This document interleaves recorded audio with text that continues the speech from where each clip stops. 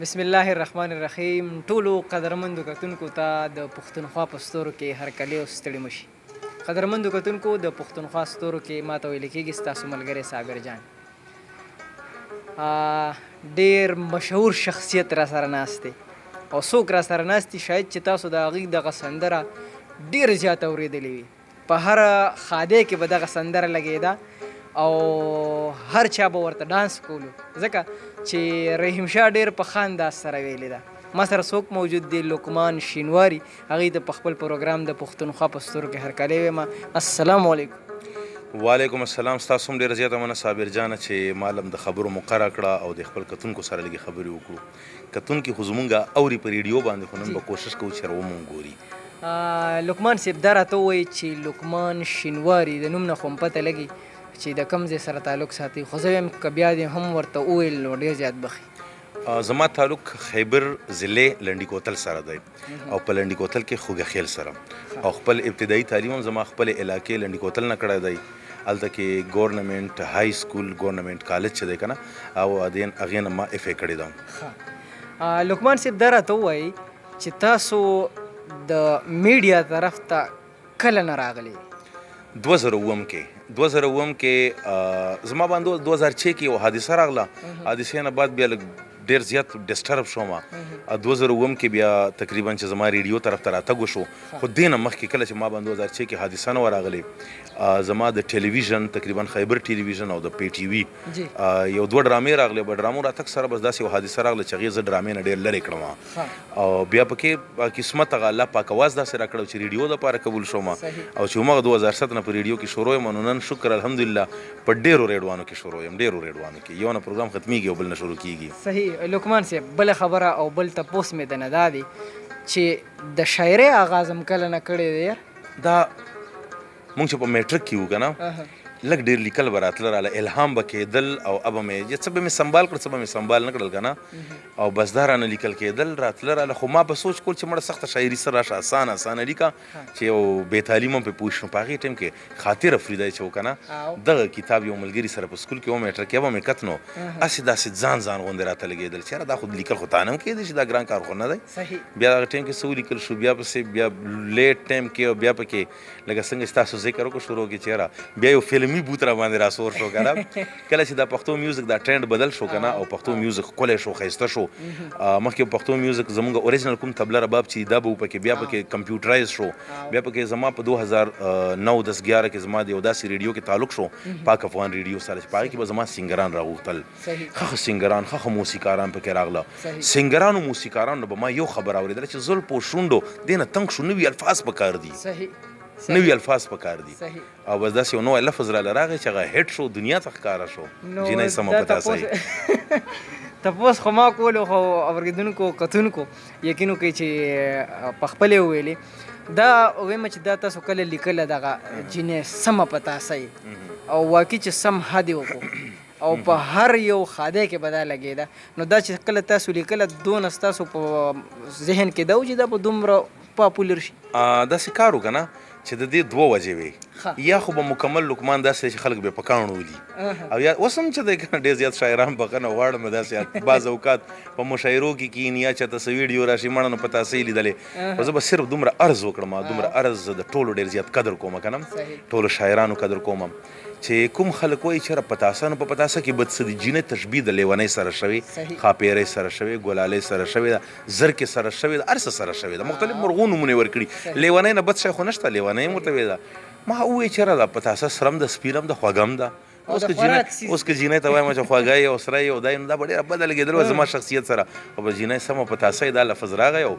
بیا شوکت محمود ښه سینګر دی که نه، د پښتونخوا ریډیو کې زموږ سره میوزیک انچارج و، هغې ما سره دا ولیدل، ویل چې یاره دا ګان خو زه ریکارډ کوم، دا خو کمرشل دی او دا خو ډېر زیات ښه دی، د مارکیټ لفظ دی، نن سبا دا شی هټ کېږي. هغه ما نه وشتل او مازدیګر ټلیفون وکړه چې شوکت محمود زه په دې کې هم خراب شوم. چې ولې دا ګان خو چې رحیم شاه ګل پاڼې له لاړه، ما چې لقمان خو دې ته ولاکه خوشحالېږي، ما تاله در کړې ده، ستا پراپرټي ده، څه پکې پې وکړم. بیا فلم موسیقار رابطه وکړله، حالانکه هغې ټایم کې دا ګانه ما پوره لیکلې نه وم. فلم ته مې وویل چې یاره فلم والا ته مې وویل یاره څه لیکل پکې پکار دي؟ هغې وویل تش د جینۍ صفت لیکه، نمانده سړی به پکې هسې ګرځي را ګرځي. نو بس که دا ګانه واورې په هغې کې رحیم شاه هم د جینۍ صفت کوي، پتاسه او دی او پتاسه یم نه. تپوس دا کومه خو دې پورې یو خبره درته کومه زمونږ کلتور زمونږ د شینوارو زمونږ رسم و رواج په دې کې پتا سشته مونږ په واده خادۍ کې یا دینه علاوه واده خادۍ نه علاوه چې کله اخترونه راشي زمونږ خور لور د پاره چې کومې واده شوي هغې د پاره چې واده شوي هغې نه وخت تر د بوډاپې پورې چې دا ژوندی ده هغې له به غوزان او پتاسي زي به دا زمونږ په نو خو لکه دا خو ګوره دا خو زمونږ کلتور دی دا خو بد لفظ نه دی نن خو که شراب لیکي چرس لیکي خودکشي دماکي لیکي هغې ته سره چا څه بد ونه وي زه حیران دي ته یم چې یو دا کوک شو پیپسي شو دا اډورټایز کېږي که نه په هغې پیسې لګي خو زمونږ پښتانه شراب هسې اډورټایز کوي دا څه وجه ده هسې لقمان صاحب شاید چې دا خلک په دې وجه هم تاسو پسې دا خبره کوي چې دا ډېره هیټ شوه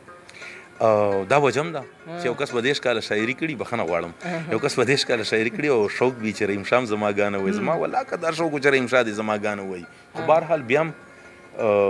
بس لاړله او هیټ شوله دنیا ته ښکاره ده ګانه ښه ګانه ګوره اوس که څوک دا ووایي چې دا یې کړي دا یې کړي رنګ رنګ ګانې راغلې رنګ رنګ ګانې بدې نه ښکاري دا ولې بده ښکاري توره جینې ټوله مینه مینه وي دا ګانه پکې خلکو راوستې خو دې ته چا څه ونه ویل نه خیر دی توره جینۍ هم څه بده خبره نه ده که نه توره جینۍ هم زموږ د معاشرې دپاره او زموږ د کریمو پروګرامونه کړو که نه په دې ریډیو کې ټوله ورځ لګیا یو چې دا تورې جینۍ والا ګانو ګوره موږ په دې ټایم کې ډېره په کار راځي اشمت هنګوال دا توره جینۍ ټوله مینه مینه ده یاره ښه دعا سلام دی ورسره تعلق دی ورسره او ښه شاعر دی زه فلمي هر شاعر ته بد نه وایم خو چرس او شراب مه لیکئ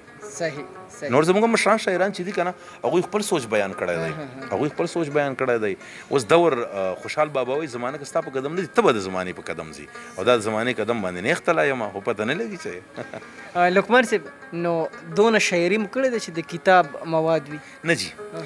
زما کتاب مواد یا ما له داسې الفاظ نه دي راغلي زه اوس وخت کې تاسو ته پته زه که کوم نو اوس وخت کې ما نه د ډیمانډ شاعري کېږي فرض که الیکشن راغی فلانی ولاړ دی اوس که فلانی ما لیدلی او که نه مې دی لیدلی خو د هغې صفت بیانول داسې مختلف کسانو له ما ویلي دي او ښه سینګرانو ویلي نازي اقبال ویلي مختلف سینګرانو ویلي ښه سینګرانو ویلي که نه بل تپوس نه دا کومه چې داسې کم یو ارمان دی چې تاسو یې دغه پوره شي ژوند خو روان دی تېرېږي ارمانونه خو که انسان په دې دنیا کې ژوند تېروي یو ارمان به دې ختم نه چې بل به ولاړي بل به ولاړي ډېر زیات دي او که زما په دې ژوند او په زندګۍ یو ارمان دی نو حج دی او عمره ده خو دا کال له دا حالات داسې شول ما ټوله روژه په تېره شوې 2020 روژه چې ده که نه ما ټوله روژه په عمره کې تېروله حالانکې دې نه مخکې 2019 کې زه تلم خو ما پلار نه حج کړی او نه عمره کړې وه هغه مې ولېږل ما چې دې لاړ شي نیکسټ ټایم به زه ځمه او انشاءالله امید ما دی دا به کولاو شي او بیا به ځمه انشاءالله دا به تاسو هم وګورئ او خیر ډېرې دعاګانې به تاسو له هم کړم ټولو له به یې کړم انشاءالله لقمان صاحب کم خلک چې دې فیلډ ته راتګ غواړي ریډیو ته راتګ غواړي شاعرۍ ته راتګ غواړي هغوی له څه کول پکار دي شاعري خو یو داسې کار دی چې کوم الهام په خلکو باندې کېږي او قدرتي پیرازي یو دا ده چې په ځان باندې راولي هغې الفاظو دومره زور نه وي یو دا ده چې شاعرۍ چا کې څه ګډ شته دی که نه چا کې څه نه څه صلاحیت شته دی په کار ده چې خپل قلم نه کار واخلي او خپل قلم ښه استعمال کا ځکه چې دغه یو قلم دی چې زموږ ته نیغه لارم ښیي او موږ ته کږه لارم ښیي خو زموږ چرسونه او شرابونو پسې لاړ شو دا زموږ ځوان کل تباه و برباد شو او که نه زما د رحمان بابا شاعري وګورو خوشحال بابا وګورو حمزه بابا وګورو یا مشران شاعران که زموږ ښه شاعري کولی هغې ګوره فني شاعري هم کړې ده د ټولو فني شاعري هم کړې ده هر څه کړي موږ له هم فني هم پکار ده صحیح هم پکار ده خو اصلاح پکار ده اول د ځان اصلاح هغې نه بعد د معاشرې اصلاح او تاسو ویل چې ریډیو له راتګ پکار دی که نه څنګه پکار دی ریډیو له چې کوم کسان راځي دې له دې نه راځي چې زما نوم دې لاړ شي او زه دې مشهور شمه لږې مودې دپاره دې مشهور شم نه ځي راځئ نو بیا په دې سوچ باندې راشئ په یو نوې جذبه باندې راشئ چې ستاسو په دې اواز کې الله پاک ډېر کمالي ښایي دی دې نه خلکو له فایده ورکړئ ځان داسې جوړ کړئ چې دې نه تاسو خلکو له فایده ورکړئ اوس په شعر کې فایده ده یو مذهبي پروګرام کړئ فایده ده یو معاشرتي پروګرام کړئ یو معاشرتي ټاپک راخلئ دا فایده ده او په ریډیو کې ټول دا معاشرتي ټاپکونه او دا هر څه به راخلئ نو په دې به کېږي لقمان صاحب یو تپوس د نه کوم او د نن سبا معاشرې سره دا ډېر ریلیشډ دی هغه دا چې نن سبا کم شاعران دي شعر یې ولیکلو او که چا ورته وویل چې یاره دې شعر کې دا غلطي ده یا چې کوم دی دا داسې پکار دی نو دوی په تنقید خفه کېږي تاسو لکه خبر وکړل که نه چې هر شاعر له پکار دی چې یو مشر شاعر سره کښېني سینیر شاعر سره کښېني او هغه اصلاح وکړه ګوره اصلاح باره کې به یو خبر وکړم که نه حمزه بابا وایي چې شعر چې هر کله هم تاسو اصلاح ته کېدی هغې کې هر وخت اصلاح او تنقید کېدی شي هغه ښه ناښه دې ولې نه وي صحیح خو بهرحال خیر ځوانانو له پکار نه ده چې په دې باندې ګوره دا سټارټ کې ښه دی کله چې د ځوانۍ دا دور وي که نه او نوی سړی شاعر شي او په تنقید خفه کېږي زه په خپله ما سره داسې شوي ما یو شعر لیکلی و چې ما قسمت کې چا وفا نشته شعر راته پوره یادم نه زما قسمت کې چا وفا نشته دی او ځکه مې دوه ګوتې دنیا نشته دی نو په هغه ټیم کې ما سره خالق داد امید صاحب میلاو شو هغې وایي چې دا داسې ووایه که نه ځکه مې ځای په دې دنیا نشته دی نو په دې زړه کې زه خفه هم شوم حالانکې ډېر ښه شاعر دی ښه رایټر دی مشر دی سینیر دی حالانکې هغې اصلاح ته ما نه وي ښایي بس اچانک یې وې ځکه مې ځای په دې دنیا نشته دی هغې ټیم کې زه په زړه کې خفه وم خو اوس ماته ټیک ښکاري او یو خبره بله وکړم دا ګوره په کتاب کې هم پاتې کېږي دا په میډیا هم پاتې کېږي دا په نن سبا دور د سوشل میډیا دا په دې کې پاتې کېږي سبا یې څوک اوري چې کم سے کم دومره څه نه وي پکې پاتې چې دا خلک وایي چې نه دا څه دي کړي دي شل ذهنونه دي شل ذهنونه چې پکې خبرې وکړه کم سے کم 15 چې پکې وکړه نو ښې ده خو چې شل واړې ونه کړم صحیح لقمان صاحب وخت مو راله راکو ډېرې زیاته مهرباني خو په اخر کې که راته یو څو شعرونه تاسو ډالۍ که د خپلو کتونکو ته هم ډالۍ که ډېر زیات بخي لکه په شروع کې مونږ خبره وکړه که نه چې پتاسه ګانه ټوله دنیا هم پتاسې نه پېژني خو مونږ امن دپاره د وطن دپاره د علاقې دپاره دوه شعرونه به درته ووایم هسې خو پوره غزل دي راته یاد هم نه دي خپل علاقې خیبر دپاره چې مونږ خړه خاوره خړ خیبر خړه دره پېژنو مونږ خپل عزت خپله پښتو خپله شمله پېژنو او زمونږ خیبر ته چې ته راشې مینه وګوره بیا زمونږ خیبر ته چې ته راشې مینه وګوره بیا د زړه وجرې له مو چې راشي خپل میلمه پېژنو امن دپاره د یو وخت کې حالات ډېر زیات ګډوډ وو که نه حالات ډېر زیات ګډوډ وو هغې ټایم کې رانه لیکل شوي چې نفرت په مینه بدلومه دا اعلان کومه دا کاڼي زړونه نرمومه دا اعلان کومه او بس کړئ جنګونه مرګ او ژوبله پکې ډېره وشوه بس کړئ جنګونه مرګ او ژوبله پکې ډېره وشوه دعوت د امن در کومه دا اعلان کومه نور هم داسې دی نور راته نه یادېږي که نه خو یو شعر زما ته خپل چې پوره به راته یاد نه کیمرامین ته د ډالۍ چې ښکلې دومره نه خو بس ښکلې دومره نه خو بس ښکلې یو ښه ډېره ساده یې نازولې او ناز ادا دې م نشته او نه یې پېژنې ناز ادا دې م نشته او نه یې پېژنې بیا مې څنګه زړه کور ته راغلی او ته نازک مزاجه یې پوهېږې نه او ما د سپېلنو سره تللي